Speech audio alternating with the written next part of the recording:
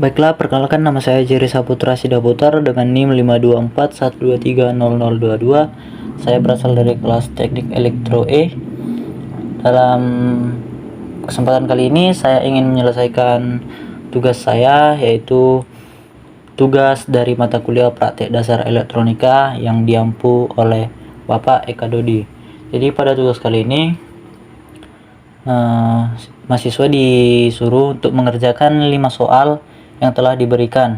Jadi pada kesempatan kali ini saya ingin menjelaskan jawaban saya dari soal-soal yang telah diberikan, yang dimana soal pertama yaitu jelaskan konsep dari tegangan listrik, arus listrik, dan daya listrik beserta contohnya. Jadi teman-teman, tegangan listrik adalah perbedaan potensial listrik antara dua titik dalam rangkaian listrik yang menyebabkan arus mengalir. Jadi satuan tegangan listrik itu adalah seperti yang sudah kita pelajari, satuan tegangan adalah volt, yang dimana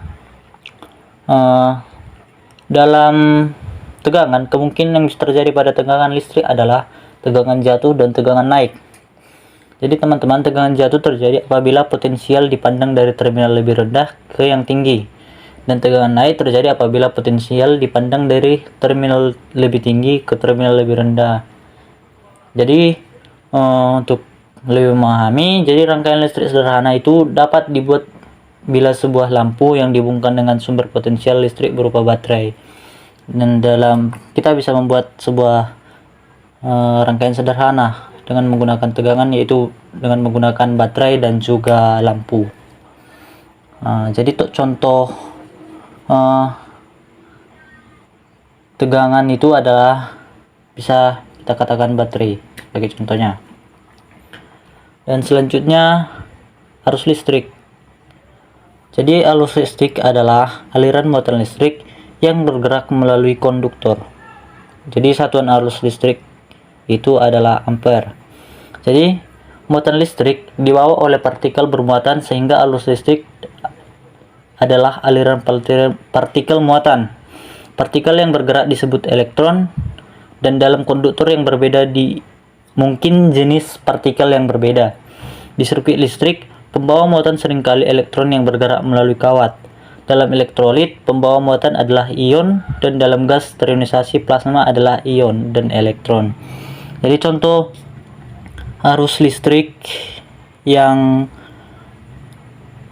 sering kita ketahui yaitu jika misalkan arus listrik yang mengalir melalui kawat tembaga dalam rangkaian listrik untuk menyalakan lampu. Jadi contoh sederhana yang sering kita lihat dalam kehidupan sehari-hari adalah seperti itu. Kemudian kita masuk kepada daya listrik. Jadi teman-teman, daya listrik sering kita ketahui dengan simbol P. Jadi daya listrik adalah jumlah energi yang digunakan atau diproduksi per unit waktu dalam satu rangkaian listrik. Jadi daya listrik itu dapat dihitung menggunakan rumus P sama dengan V kali I dengan satuan watt. Teman-teman, adapun contoh yang dapat kita aplikasikan, misalkan ada lampu dengan daya 60 watt. Jadi daya 60 watt itu mengonsumsi energi sebanyak 60 joule per detik.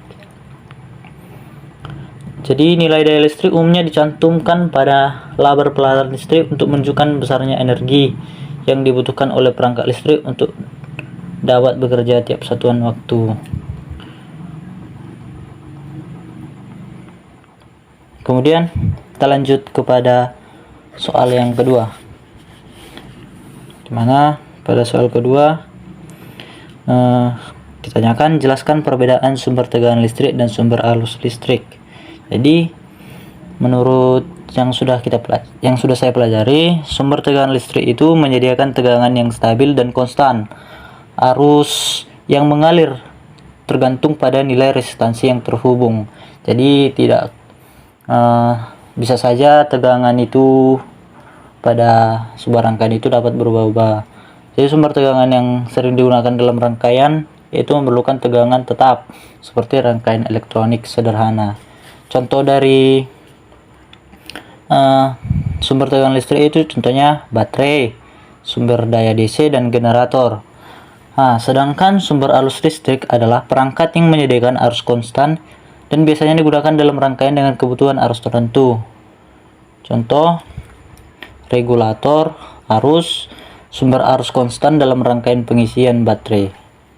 Oke, selanjutnya kita lanjut pada soal berikutnya, itu soal nomor 3, di mana pada soal nomor 3 dikatakan jelaskan perbedaan komponen pasif dan komponen aktif beserta contohnya. Di sini saya akan menjelaskan tentang komponen aktif terlebih dahulu. Jadi komponen aktif itu adalah komponen yang bisa menghasilkan energi. Jadi dalam hal ini adalah sumber tegangan dan sumber arus.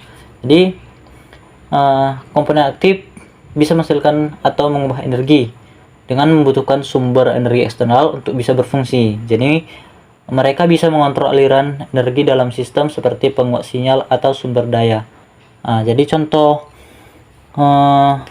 komponen aktif itu misalnya transistor, dioda, dan IC atau integrated circuit. Ada juga satu lagi yaitu sumber tegangan atau power supply. Jadi mengapa ketiga atau komponen-komponen tadi dapat dikatakan sebagai komponen aktif? Misalkan transistor, sesuai dengan fungsinya tadi, sesuai dengan fungsi komponen aktif tadi, transistor juga bisa memperkuat sinyal listrik atau bertindak sebagai saklar. Kemudian dioda mengarahkan aliran arus hanya dalam satu arah. Jadi berkaitan dengan fungsi komponen aktif tadi. Dan juga tentunya sumber tegangan. Jadi sumber tegangan itu memberikan tegangan untuk menggerakkan komponen lain dalam sistem. Itulah dia komponen aktif. Kemudian ada komponen pasif. Jadi komponen pasif itu teman-teman komponen yang tidak dapat menghasilkan atau mengubah energi secara aktif. Jadi komponen pasif adalah komponen yang tidak dapat menghasilkan energi dan hanya dapat menyimpan, mengalirkan, atau membatasi aliran energi dalam rangkaian. Jadi komponen pasif tidak membutuhkan sumber energi eksternal untuk berfungsi. Mereka hanya bereaksi terhadap energi yang ada di dalam sistem. Jadi contoh dari komponen pasif adalah resistor, kapasitor, induktor. Jadi pasti kita bertanya-tanya kenapa ketiga komponen ini dikatakan sebagai komponen pasif. Untuk mengetahuinya kita harus mengetahui dahulu apa fungsi dari ketiga komponen ini. Jadi adapun fungsi resistor yaitu untuk menghambat arus listrik, sesuai dengan fungsi dari komponen pasif tadi, yaitu untuk membatasi aliran energi. Jadi kapasitor, begitu juga dengan kapasitor, yaitu dapat menyimpan energi dalam bentuk medan listrik dan melepaskannya saat diperlukan. Kemudian ada induktor. Jadi induktor itu menyimpan energi dalam bentuk medan magnet. Berbeda dengan kapasitor, kapasitor menyimpan dalam medan listrik, dan induktor itu menyimpan dalam bentuk medan magnet dan melawan perubahan arus. Seperti itu. Kemudian kita lanjut ke pertanyaan berikutnya, yaitu pada pertanyaan nomor 4 dikatakan deskripsikan karakteristik komponen dioda beserta fungsinya. Jadi teman-teman, dioda itu adalah komponen yang memungkinkan arus mengalir dari satu arah saja. Jadi dioda itu salah satu komponen penyearah dalam rangkaian listrik. Jadi dia hanya memungkinkan arus mengalir dalam satu arah saja dan menghalangi arus dalam arah sebaliknya.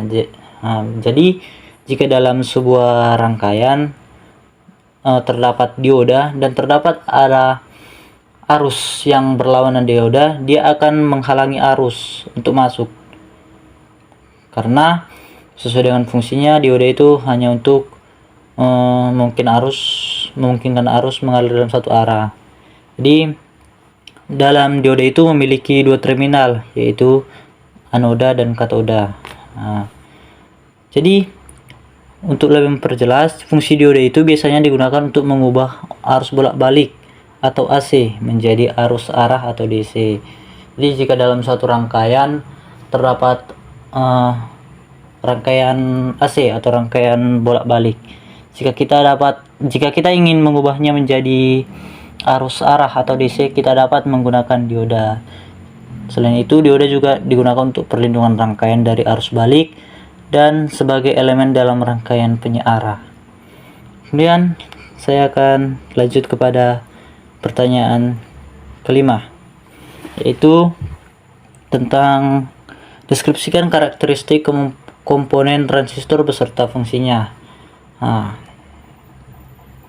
Jadi teman-teman, transistor itu adalah komponen semikonduktor yang memiliki 3 terminal, yaitu yang pertama basis atau sering disimbolkan dengan B, kemudian kolektor sering disimbolkan dengan C, dan emitor sering disimbolkan dengan huruf E. Jadi dalam transistor juga terdapat 2 jenis transistor, yaitu NPN dan PNP.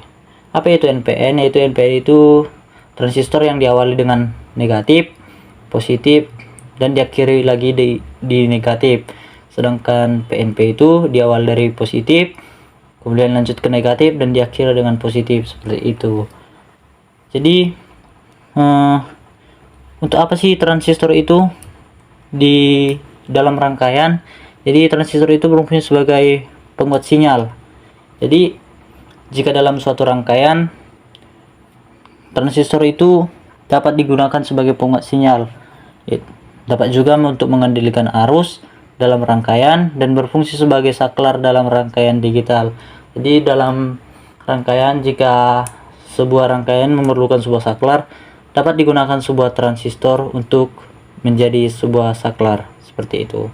Sekianlah hasil jawaban yang dapat saya jelaskan. Jika ada kekurangan atau kesalahan kata saya mohon maaf. Akhir kata saya ucapkan terima kasih.